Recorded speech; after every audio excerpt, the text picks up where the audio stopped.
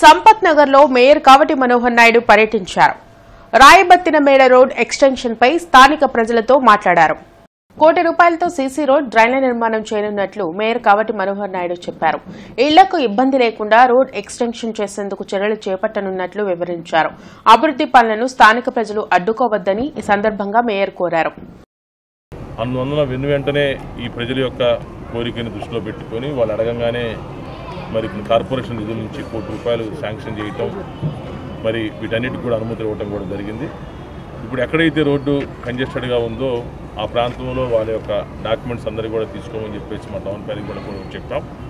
ఎక్కడా కూడా ఇబ్బంది లేకుండా, ఎవరికి కూడా ఇబ్బంది లేకుండా మరి ఎంతవరకు పాసిబిలిటీ ఉందో, ఎంతవరకు మనం రోడ్డు వేయగలమో, ఎంతవరకు డ్రైన్ కట్టగలమో చూసి పూర్తి స్థాయిలో నిర్మాణం చేస్తామని చెప్పేసి కూడా చెప్పడం కూడా జరుగుతూ ఉంది. ఎందుకంటే భవిష్యత్తులో ఒక్కసారి రోడ్డు కానీ, డ్రైన్స్ కానీ, మంచినీటి పైప్ లైన్ కానీ వేస్తే సుమారు 20-25 సంవత్సరాల పాటు మరి అవి ఉపయోగపడే విధంగా ఉండాలనేటువంటి ఉద్దేశంతో వాళ్ళందరినీ కూడా రిక్వెస్ట్ చేయడం కూడా జరిగింది. వాళ్ళు కూడా సానుకూలంగా కూడా కొంతమంది స్పందించారు.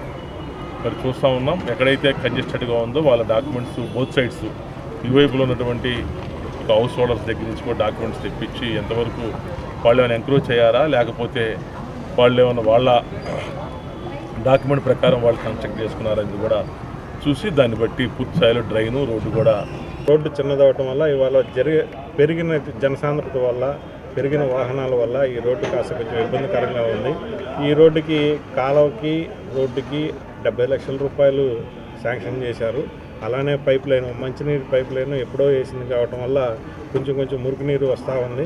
అందువల్ల పైపు నీటికి సంబంధించినటువంటి లైన్ కూడా మున్సిపల్ వారు శాంక్షన్ చేయడం జరిగింది.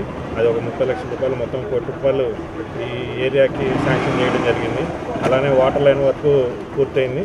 ఇప్పుడు కాలువ, రోడ్డు అనేది నిర్మాణంలో ఉన్నప్పుడు కాస్త ఈ ఏరియా మొత్తం నగర మేయర్ గారు పర్యవేక్షణలో అందరినీ ఎవరైతే సొంత భవనాల వాళ్ళు ఉన్నారో వాళ్ళందరినీ పిలిచి కాస్త కొంచెం ఈ రోడ్డు వెడల్పు దానికి మాకు సహకరించండి అని చెప్పడం జరిగింది.